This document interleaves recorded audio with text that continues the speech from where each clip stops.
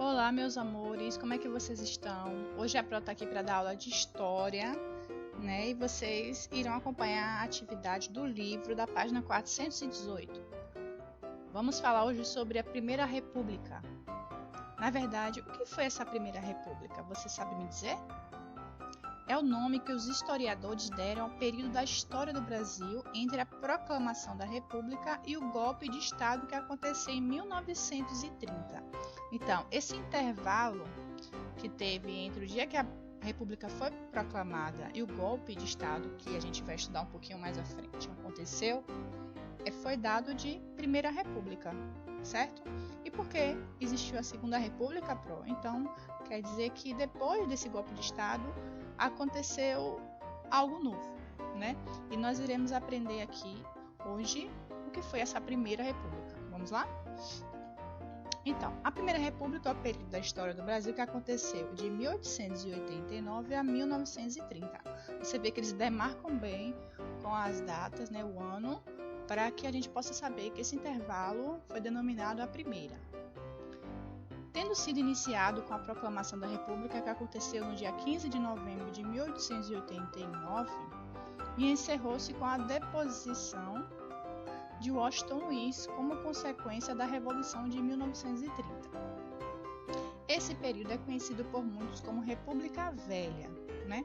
Nós intitulamos de Primeira República, mas tem algumas pessoas que chamam de República Velha, porque foi a República antes da República realmente de fato acontecer, entre aspas, e vocês só vão entender isso um pouquinho mais à frente. Mas entre os historiadores, o termo utilizado para referir a esse período é a Primeira República, como estamos vendo na aulinha de hoje. Pro, e quem é esse que está na imagem aí?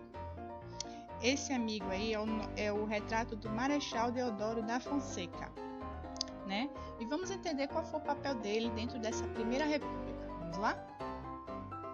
Então, a Primeira República foi iniciada com a proclamação da República, né? Então, a derrubada da monarquia ocorreu pela perda do apoio político, fazendo com que esse regime se tornasse impopular entre as elites do Brasil. Então, vamos entender. Como a monarquia, o que é? Lembra que Dom Pedro, né? Ele depois que foi tido como o nosso representante, né, o imperador. Então, o Brasil, a partir desse momento, se tornou uma monarquia.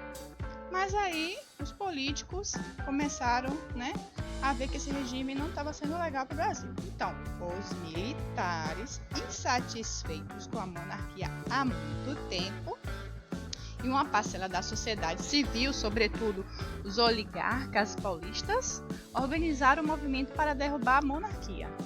E em 15 de novembro, liderado pelo Marechal Deodoro da Fonseca, lembra que eu acabei de mostrar a imagem? Os militares destituíram o Visconde de Ouro Preto do gabinete ministerial, que ele era responsável, ele era o monarca nessa época. Ao longo do dia, as movimentações políticas levaram José do Patrocínio a proclamar a República na Câmara Municipal do Rio de Janeiro. Isso marcou o início da Primeira República Brasileira. Vamos entender? Então, características importantes. A Primeira República, além de chamada de República Velha, é muito conhecida também por República Oligárquica. O que é isso, Pro? Então, ela é conhecida como Primeira República, República Velha e Oligárquica. É a mesma coisa, né? E isso porque esse período ficou marcado pelo predomínio das oligarquias sobre o nosso país. Oligarquias que eles estão falando aqui é quando eles falam das forças políticas, né? Que baseiam seu poder em suas posses. Então, eles se tornaram importantes porque tinham posses, né? Então, as oligarquias eram forças políticas que baseavam seu poder em suas posses, isto é, na terra. Os oligarcas eram, em geral, grandes proprietários de terras. Então, eram pessoas que tinham condição financeira, tinham nomes na sociedade, então eles eram colocados na frente, né? Eles predominavam, né? Tinha essas características. Então, o Brasil, essa Primeira República, na verdade, não era uma república, né? Por isso que se diz primeira, porque eles buscavam, não é que hoje seja diferente, mas antigamente ainda era mais difícil do que hoje, porque eles buscavam primeiro os interesses deles, né? E não do povo, da população. Vocês vão entender isso melhor um pouquinho mais à frente, certo? Vamos lá?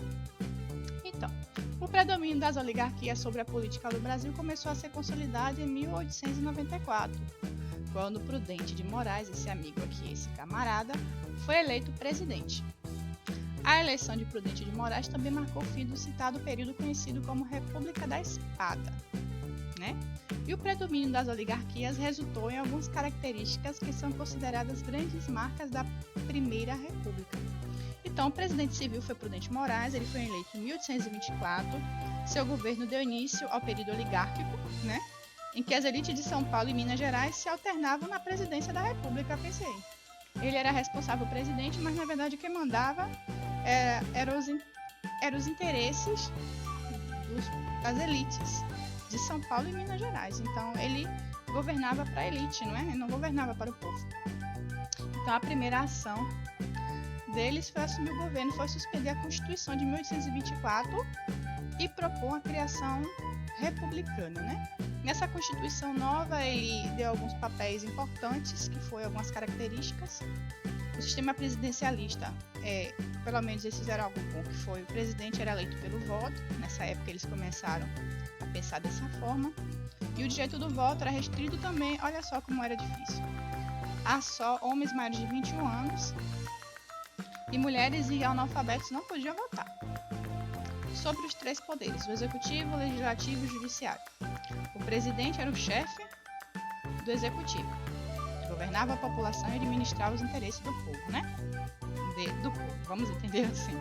Os deputados e senadores formam um grupo legislativo, fazem as leis, certo? Os juízes formam um grupo judiciário e garantem o cumprimento das leis. Então, foi aí que começou também, na Primeira República, a divisão dos três poderes que existe até hoje. Nessa divisão que permanece até os dias atuais, cada poder tem uma função específica e limitada, de modo que um não pode interferir no outro. E também, nessa época da Primeira República, que foi criado o Estado laico. Você já ouviu falar nessa palavra? Que garante a liberdade e a imparcialidade em assuntos religiosos. Não apoia nem discrimina nenhuma religião. Então, em países laicos como o nosso, o Brasil é um país laico, a religião não pode influenciar nas questões do governo, ok? Espero ter ajudado na aulinha de hoje. Agora você pode revisar, lendo o texto que está no livro, certo? E respondendo as perguntas propostas. Qualquer dúvida, coloca esse vídeo novamente e tenta entender. Eu sei que você vai conseguir, você pode. Pro te ama, tá bom? Beijos e até a próxima aula.